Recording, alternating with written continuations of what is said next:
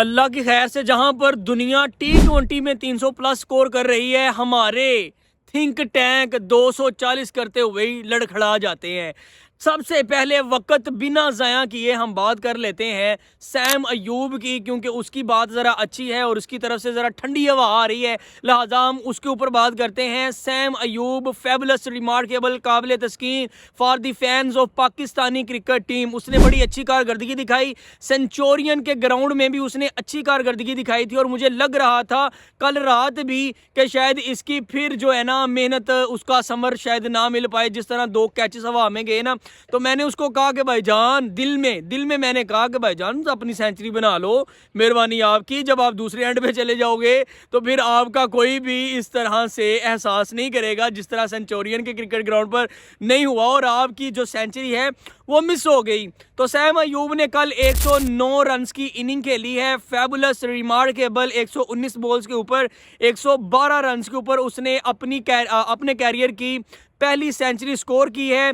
South Africa के खिलाफ, south Africa में ही 109 रन उसने टोटल बनाए हैं। और पाकिस्तानी क्रिकेट टीम के जो बॉलर्स हैं, वो बात उनकी मैं करूं तो वो वनडे में 200-250 पर रोक लेते हैं दूसरी टीम को। आप ऑस्ट्रेलिया में देखें, वहां पर भी रोक लिया, लेकिन आपके बैटर आके गंद कर देना तो उनमें फिर बेचारों का कोई कसूर नहीं है बॉलर्स का।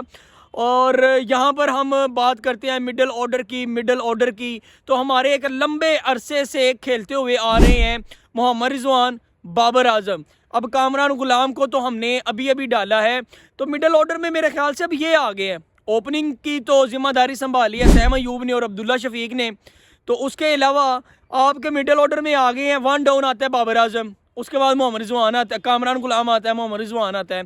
तो कल एक दफ़ा फिर फेल हो गए और मुझे समझ नहीं आती यार कि जहां पर दुनिया इतनी ज़्यादा अच्छी और मॉडर्न क्रिकेट खेल रही है, T20 में 300 प्लस स्कोर कर देती है, वहां पर हमारे जो बैटर हैं वो ODI में ही फंस जाते हैं। 240 के ऊपर डिफेंसिव क्रिकेट खेलने चले जाते हैं। भाई आप खेलो, मारो, जितनी जल्दी हो सकता है इसको मुकाओ और क्लासी फैंटेसी दिखाओ अपनी क्रिकेट में। और इसके अलावा सैम अयूब की मैं तारीफ़ करूं और सलमान अली आगा की तारीफ़ ना करूं तो ये ज़्यादती हो जाएगी। सलमान अली आगा ने भी बहुत ज़्यादा अच्छी कारकर्दगी कल दिखाई है और उतना मज़ा मैच देखने का नहीं आ रहा था, उतना मज़ा मैच देखने का नहीं आ रहा था कि इतनी बॉल्स के ऊपर इतना स्कोर रह गया है, इतनी विकेटें रह गई हैं।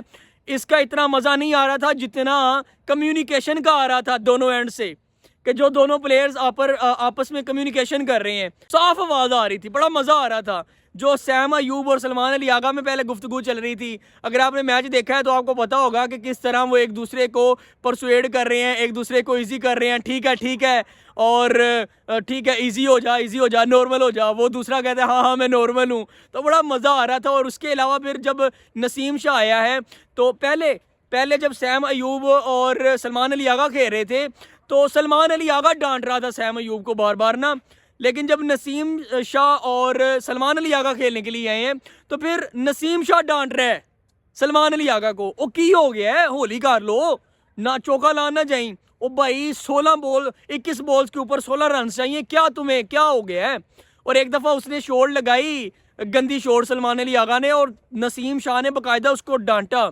लेकिन कल एक और मसला जो मुझे देखने को मिला और मेरे ख्याल से वो काफ़ी ज़्यादा था, कमेंटेटर भी इसके ऊपर बात कर रहा था, और वो मसला ये था बिटवीन दी विकेट रनिंग का मसला आ रहा था। कामरान गुलाम भी कल इसी तरह आउट हुआ है और कल मुतअद्दिद बार सैम अयूब, सलमान अली आगा, इनमें भी मिसकमेंटमेंट हुई, मतलब कि अंडरस्टैंडिंग नहीं है ना, तो रन्स लेने के लिए जाते हैं फिर रुक जाते हैं, तो इनमें वो रनिंग का मसला आ रहा था।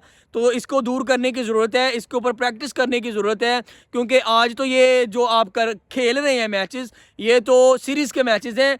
आपकी आने वाली जो चैम्पियन ट्रॉफी है उसके आप दफाई चैम्पियन है, उसका आपने अपने ही घर में दिफा करना है। और ना सिर्फ दिफा करना है बल्कि इंडिया को बताना है कि आपने पसूड़ी जो डाली है हमारे मुल्क में ना आने की, भाई इस तरह हम आपको हराएंगे। तो आपने हराना है उनको, इंडिया वालों को। और उसके अलावा मैं बात करूं शाहीन शाह अफरीदी की बैटिंग की, तो जिस बॉल के ऊपर वो आउट हुआ है उस गेंद पर जब वो करवाने ही वाला था तो रमीज़ राजा कमेंट्री बॉक्स में बैठ के ये कह रहा है कि आपको जल्दी करने की कोई ज़रूरत नहीं है, तो ये तो थोड़ा स्कोर है, आप आराम से सुकून से बगैर विकेट गवाए इसको खेलते हुए मैच जीत सकते हैं। लेकिन नहीं, सही शहीन शाह अफरीदी ने कहा मैं तो अफरीदी का जवाई हूँ, मुझे कौन रोके। वो जनाब गया शॉट लगाने के लिए, आउट हो गया। लेकिन उसके बाद नसीम शाह ने आके काफ़ी ज़्यादा समझदारी का मुजाहरा किया है और कल रात पाकिस्तान 3 विकेटों से मैच जीत गया है। 3 मैचेस की ये सीरीज़ है साउथ अफ्रीका के खिलाफ। पहला मैच पाकिस्तान ने जीत लिया है और इस सीरीज़ का फातिहाना आगाज़ किया है। और जिस तरह T20 की सीरीज़ का गंद किया था पाकिस्तानी क्रिकेट टीम ने, शायद वो ये वनडे की सीरीज़ जीतने के बाद उस गंद को धोने में कामयाब हो जाए। लेट्स सी व्हाट हैपन, क्या होता है क्या नहीं होता। आपको पाकिस्तानी क्रिकेट टीम की कल रात की कारकर्दगी कैसी नज़र आ रही है कमेंट सेक्शन में ज़रूर बताइएगा। और आप मेरे मुंह से ये फोग निकलती हुई देख सकते हैं, ठंड में खड़े होकर आप लोगों के लिए वीडियो बना रहा हूं। और जब आप लाइक नहीं करते और शेयर नहीं करते और फॉलो नहीं करते तो दिल टूट जाता है, अंदर से टूट जाता है यार। तो लिहाजा वीडियो अच्छी लगी है तो आप लाइक के बटन को छू दें और इसी तरह की शहजाद अली सत्तार की जानिब से वीडियोस देखने के लिए मुझे फॉलो कर लें। मैं मिलता हूं आपको नेक्स्ट वीडियो में। अल्लाह हाफिज़।